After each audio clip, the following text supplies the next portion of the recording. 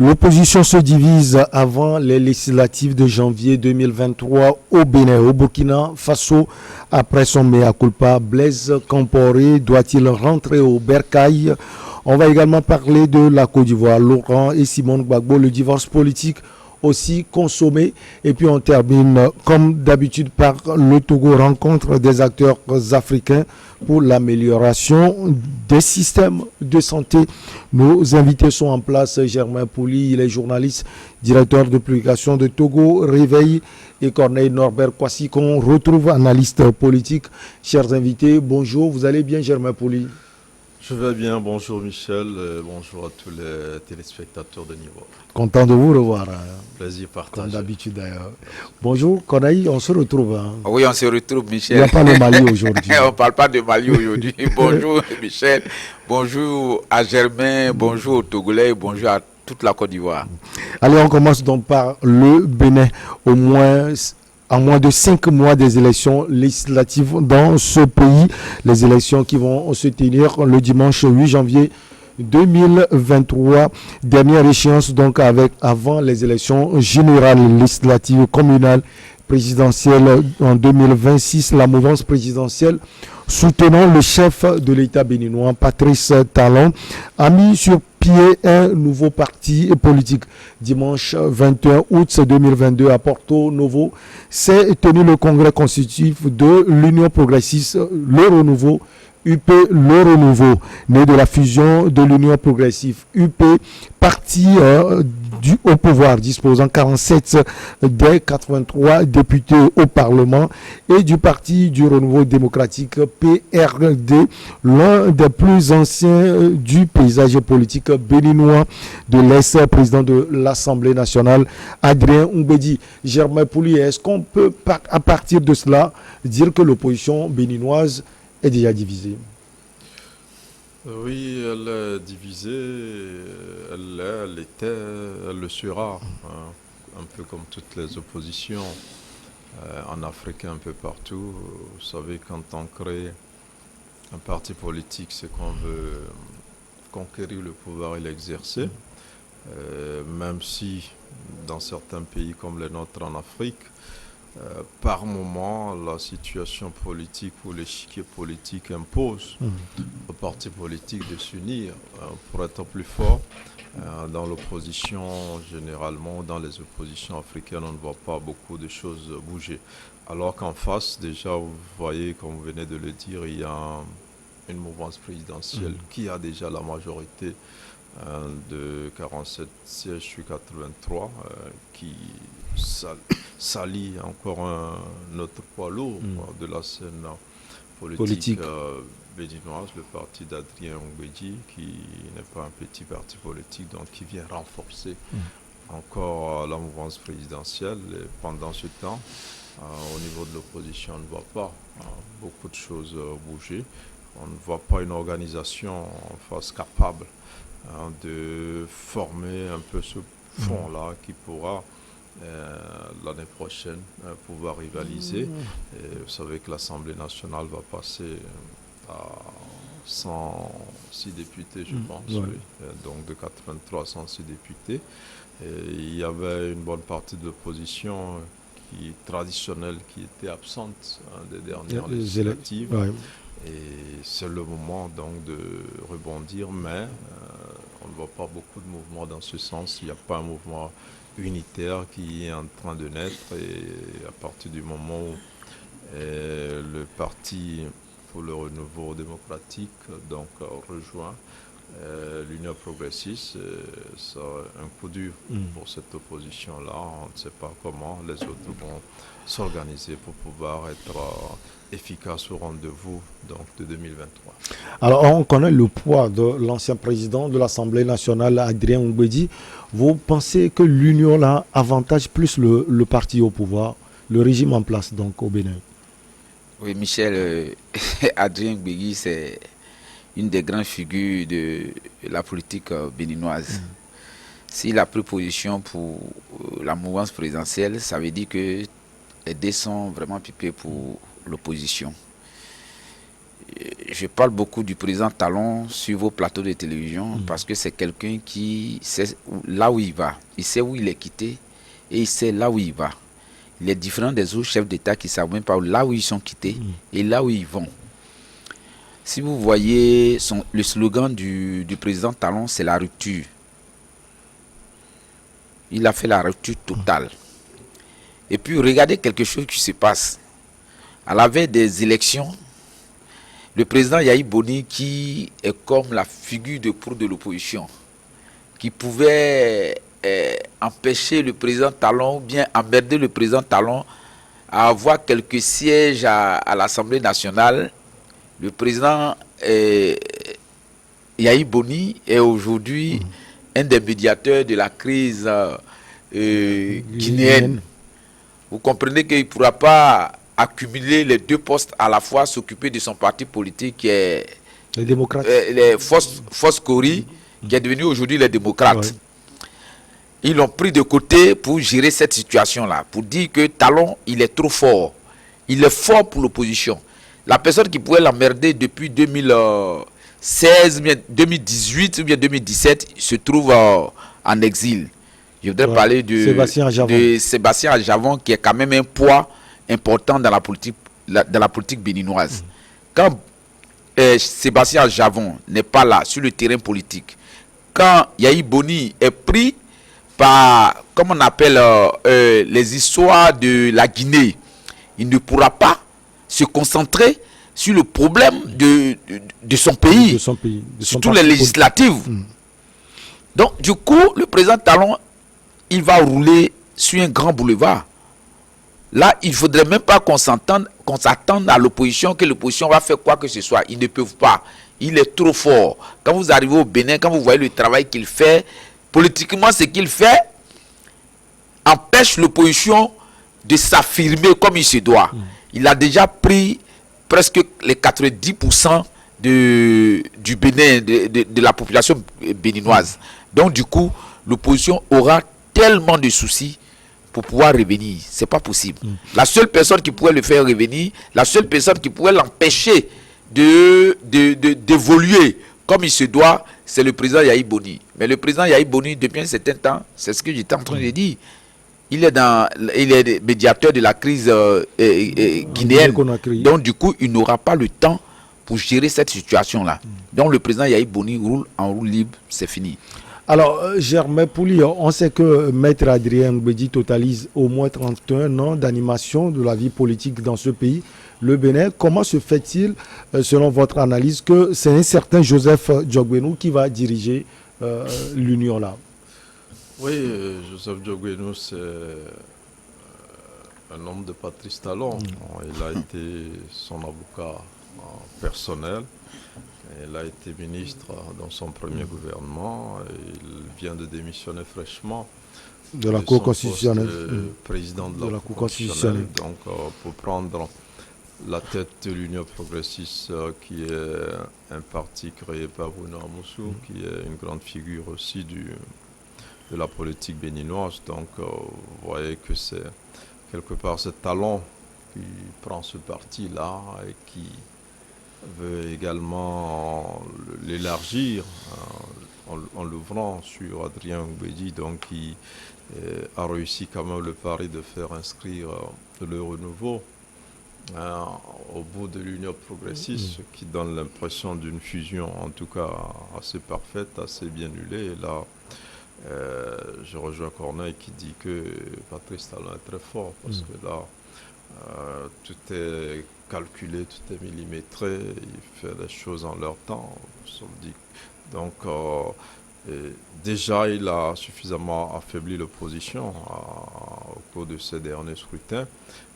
Il a réussi à organiser des législatives sans les plus grands partis de l'opposition. Il s'est offert une majorité parlementaire très confortable, et ce qui lui a permis de passer toutes les lois dont il avait besoin pour diriger le pays.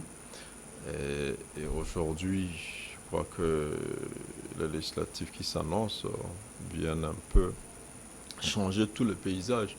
Et quand vous voyez Adrien Gbedi, lors de cette fusion-là, il parle à la nouvelle génération d'acteurs politiques, aux jeunes de leur formation politique, les pousse à aller devant. Donc vous voyez que là aussi on sent quelqu'un qui veut prendre aussi sa retraite en même temps qu'il fusionne son parti au parti du président de la République, ce que beaucoup n'arrivent pas à faire en politique. Donc Talon, quand vous voyez, il arrive finalement à ses fins parce que il voulait non seulement réformer son pays, mais assainir le paysage politique. Il estimait qu'il y avait trop de partis politiques sans représentativité. Il a fait des lois pour amener des partis à fusionner. Certains n'ont pas voulu, mais dans la pratique aujourd'hui, je crois que il arrive à sa fin, à ses fins, j'allais dire. Et on ne peut pas dire qu'il a anéanti l'opposition, parce qu'il y a une opposition qui va naître, mais qui va être beaucoup plus constructive, qui va être peut-être à l'image de Talon, celle qu'il veut avoir dans le pays. Vraiment.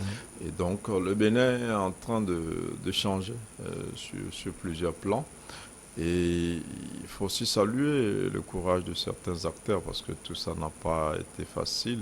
Patrick Talon a essuyé des critiques, mais au finish, je crois qu'il est en train de marquer cette rupture-là positivement.